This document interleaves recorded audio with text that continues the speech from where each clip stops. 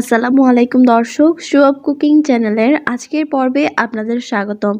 আজকের পর্বে আমি তৈরি করব নারকেল দিয়ে কচুর ফুল ভাজি। এটি খুবই ইউনিক একটা রেসিপি। এই রেসিপিটি ইউটিউবে এখনও আসেনি। আশা করছি আপনাদের অনেক ভালো লাগবে। তাহলে চলেন শুরু করে দেওয়া যাক।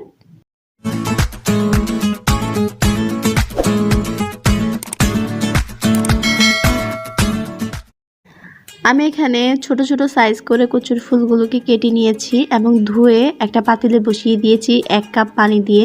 দেখেন আমি এগুলোকে 2 ইঞ্চির মতো করে কেটেছি। এখন একটা ঢাকনা দিয়ে ঢেকে মিডিয়াম আঁচে এগুলোকে রান্না করে নিব প্রায় 10 মিনিটের মতো। আমি প্রায় 2 মিনিট পর ঢাকনাটা একটু খুলে দিয়েছি। এখন এখানে আমি পরিমাণ মতো লবণ দিচ্ছি। আমি প্রথমে লবণটা একটু কম ইউজ করব, পরে আরও একটু মিশাবো লবণটা চেক করে। এখন এখানে আমি 1.5 টিস্পুন পরিমাণ হলুদ গুঁড়ো অ্যাড করেছি। হলুদটা একটু কম ইউজ করব, এতে খাবারের গুণাগুণটা নষ্ট হবে না। এখন এখানে আমি 2 টিস্পুন পরিমাণ মরিচ গুঁড়ো অ্যাড করছি। মরিচটা আপনারা টেস্ট অনুযায়ী বাড়িয়ে কমিয়ে নেবেন। যারা একটু ঝাল বেশি পছন্দ করেন তারা আমার মতো ইউজ করবেন। এখন আমি সবগুলো উপকরণকে খুব ভালোভাবে মিশিয়ে নিব। আমি কিন্তু এখানে 1 কাপ পরিমাণ পানি দিয়েছিলাম, কিন্তু কচুর ফুল থেকে অনেকটা পানি উঠেছে, তাই এখানে পানিটা অনেকটা হয়ে গেছে। এখন আমি এটাকে একটু ভালোভাবে নেড়েচেড়ে ঢাকনা দিয়ে দিব। আপনারা চাইলে কচুর ফুলটাকে আরও ছোট করেও কেটে নিতে পারেন, কিন্তু এটা অনেক নরম হয়ে যাবে রান্নার পরে, তাই আমি এখানে একটু বড় বড় সাইজ করে কেটেছি। আর চুলার আঁচ কিন্তু একদমই মিডিয়ামে থাকবে। আমি এখন ঢাকনা দিয়ে ঢেকে দিয়েছি। আমি ফিরে আসছি 10 মিনিট পর। আমার 10 মিনিট হয়ে গেছে। এখন এখানে আমি 1 টিস্পুন পরিমাণ আদা বাটা এবং 1.5 টিস্পুন পরিমাণ রসুন বাটা দিয়ে দিয়েছি। রসুনটা কিন্তু আমি পরবর্তীতে আরও অ্যাড করব, কারণ কচুর যত রান্না আছে ওইখানে কিন্তু রসুনের পরিমাণটা একটু বেশি দিতে হয়। এখন আমি সবগুলো উপকরণকে আবারও খুব ভালোভাবে মিশিয়ে নিব। আর চুলার আঁচ কিন্তু একদমই মিডিয়ামে থাকতে হবে। আমার কচুর ফুলটা কিন্তু অনেকটা নরম হয়ে গেছে। এখন আমি এটাকে ঢাকনা দিয়ে ঢেকে আবারও 10 মিনিটের মতো রান্না করব। এখন এখানে আমি 3 থেকে 4টা রসুন আমি মাঝখান থেকে কেটে এটার মধ্যে দিয়ে দিয়েছি। এই রসুনটা কিন্তু আপনারা অবশ্যই ইউজ করবেন।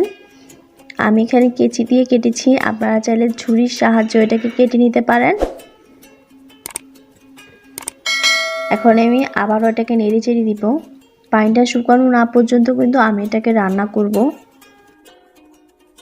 আমারটা এটা আস্তে আস্তে ঘন হওয়া শুরু হয়েছে, পানিটা টানা শুরু হয়েছে।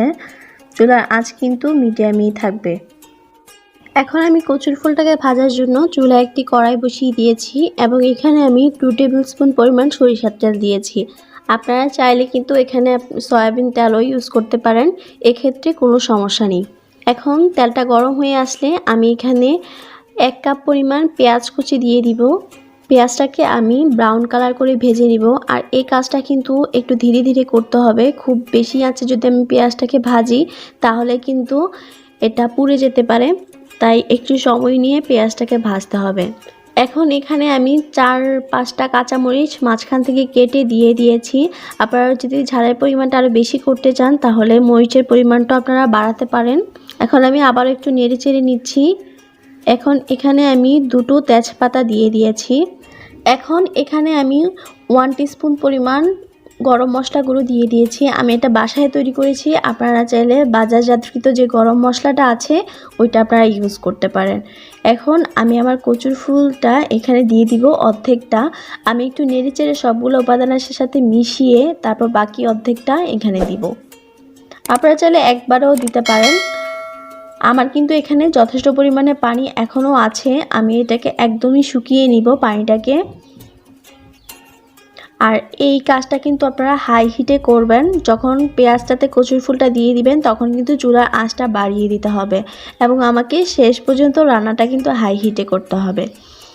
আর এটাকে কিন্তু বারবার করে নাড়তে হবে, এতে করে নিচে লেগে যাবে না। কচুর ফুল বা কচু জাতীয় যে জিনিসগুলো ওগুলো কিন্তু চুলাতে যখন আমরা রান্না করি তখন বারবার করে নেড়ে চেড়ে রান্না করতে হয়, তা না হলে কিন্তু নিচে লেগে যাওয়ার সম্ভাবনা থাকে। আর দেখেন আমার কচুর ফুলের কালারটা কিন্তু একদমই পারফেক্ট হয়েছে। আমি যদি এর চাইতে বেশি হলুদ গুঁড়ো ইউজ করতাম তাহলে কিন্তু কালারটা নষ্ট হয়ে যেত এবং খাবারের গুণটাও কিন্তু নষ্ট হয়ে যেত। আমি এটাকে ভালোভাবে নেড়েচেড়ে দিচ্ছি, বারবার করে নাড়ছি। এই কাজটা আপনারা একদম রান্নার শেষ পর্যন্ত করবেন। এখন এখানে আমি নারকেল কোড়ানো দিয়ে দিব। নারকেলটা আমি আদা বাটা করে বেটে নিয়েছি। 1 কাপ পরিমাণ নারকেল কোড়ানো দিয়েছি। আপনারা চাইলে একদম মিহি করে বেটেও এখানে দিতে পারেন বা ব্লেন্ডার করে নিতে পারেন। এখন আমি নারকেলটাকে খুব ভালোভাবে এটার সাথে মিশিয়ে নিব। এটা কিন্তু নামানোর 2 থেকে 3 মিনিট আগে দিতে হবে নারকেলটা। একদম শেষ পর্যায়ে আমি ইউজ করেছি, আপনারাও শেষ পর্যায়ে ইউজ করবেন। আমার রান্নাও প্রায় শেষের দিকে, আমার রান্নাটা প্রায় হয়ে এসেছে। আমি চুলা থেকে নামিয়ে পরিবেশন করে নিচ্ছি। আমি কিন্তু পানিটা একদমই শুকিয়ে নিয়েছি, আপনারা দেখলেই বুঝবেন। আর এটা দেখতে যত সুন্দর হয়েছে, খেতে তার চেয়ে অনেক বেশি মজাদার। আশা করছি আপনারা আমার মতো ট্রাই করবেন। আর এটি খুবই ইউনিক একটি রেসিপি, আপনারা আমার মতো বানিয়ে দেখবেন। আশা করছি আপনাদের অনেক অনেক বেশি পছন্দ হবে। আর আমার রেসিপিটি যদি ভালো লাগে একটি লাইক দিয়ে দিবেন। আর পরবর্তীতে কী ধরনের রেসিপি চাচ্ছেন তাও আমাকে কমেন্টের মাধ্যমে জানাতে পারেন। আর আমার চ্যানেল যদি নতুন হয়ে থাকেন তাহলে আমার চ্যানেলটি সাবস্ক্রাইব করে পাশে থাকবেন এবং পাশে থাকা বেল আইকনটি প্রেস করে রাখবেন, যাতে পরবর্তীতে সব ধরনের আপডেট আপনারা পেতে পারেন। আর এরকমই মজার মজার রেসিপি পেতে আমার সাথেই থাকুন। ধন্যবাদ।